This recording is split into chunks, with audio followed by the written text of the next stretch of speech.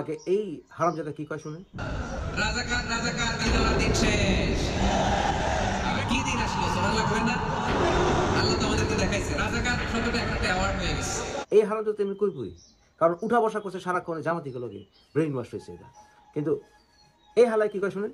দেখেন হিন্দু বৌদ্ধ খ্রিস্টান ঐক্য পরিষদের বুঝাও তো এদের নাই ফুটা পয়সার দাম আইসে পত্রিকা পাতার প্রতিবাদ জানাইতে কইছে ধানমন্ডি 32 নম্বর রোডের শেখ মুজিবুর রহমানের বাড়িটা ঘুরিয়ে দেওয়ার তীব্র ক্ষোভ এবং নিন্দা জানিয়ে বিবৃতি দিচ্ছেন দেশের 26 জন বিশিষ্ট নাগরিক যাদের পাবলিক তারা বলছেন আইন শৃঙ্খলা বাহিনীর সম্পূর্ণ জ্ঞাতসারে যেভাবে বাড়িটি ভাঙা হয়েছে আগুন দেওয়া হয়েছে তাতে করে গভীরভাবে মর্মাহত স্তম্ভিত এবং লজ্জিত হয়ে এই ঘটনার বিচার চাই আমার তার পরিচিত আমিও করেছি আমি তো ডাক দিছি তো আমার বিচার কর তুই দেখি ক্যাঙ্কা তোর মাজাত জোড়ায় দেখি আয় আয় একটা মামলা কর আমার নামে দেখি তোর মাজাত কত জোর আছে তোর 26 জন মিলা দেখি আয় করতো দেখি আমার নামে একটা মামলা আয় বিচার।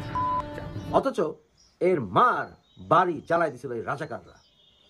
এই বাড়ি তো ওই যে বললাম যুদ্ধের মধ্যে আমাদের সমস্ত ধ্বংস করে দেয় পাকসেনারা।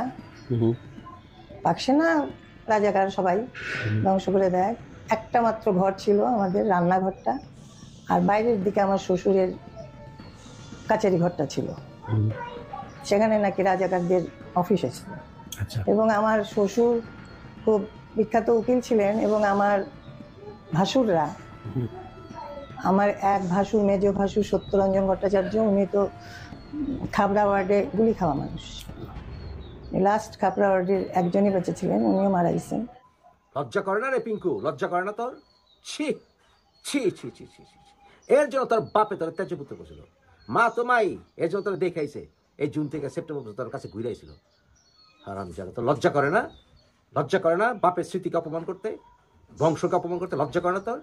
নিজের সনাতনী ধর্মের মানুষদেরকে অপমান করতে লজ্জা করে না যারা আজকে এই রাজাকারদের ভিকটিম?